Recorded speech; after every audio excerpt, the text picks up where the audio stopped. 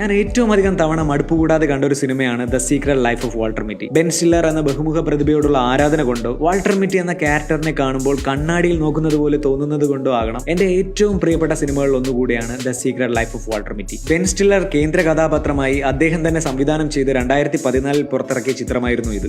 Life മാഗസിനിൽ negative asset മാനേജറായി work ചെയ്യുന്ന Walter മിറ്റി ഒരു average മനുഷ്യനാണ്.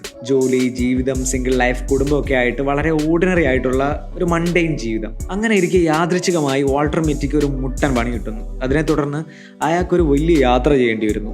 ആ യാത്ര വാൾട്ടർ മിറ്റിയിൽ ഉണ്ടാക്കുന്ന മാറ്റങ്ങളാണ് ഈ സിനിമയുടെ ഉള്ളടക്കം. ഒരു നല്ല യാത്ര മനുഷ്യന്റെ കാഴ്ചപ്പാടിനെ എത്രത്തോളം വൈഡൻ ചെയ്യുമെന്ന് ഈ സിനിമ നമുക്ക് കാണിച്ചു തരുന്നു. ഒരുപാട് അടിപൊളി സ്റ്റോറി ടെല്ലിംഗ് എലമെന്റ്സ് ഒക്കെ ചേർത്ത് നല്ലൊരു ഫീൽ ഗുഡ് ട്രീറ്റ് ആയിട്ടാണ് ഈ സിനിമ അവതരിപ്പിച്ചിരിക്കുന്നത്. മാലഡാപ്റ്റീവ് ഡേ ഡ്രീമിംഗ്, അൺറിക്വറ്റഡ് ലവ് ഒക്കെ കാണിക്കാനായിട്ട് ബെൻ സ്റ്റില്ലർ ചൂസ് ചെയ്തേക്കുന്ന story telling devices are really good. കൂടുതൽ പറഞ്ഞ് ഞാൻ സ്പോയിലറുകളൊന്നും തരുന്നില്ല. Experience the magic for your self.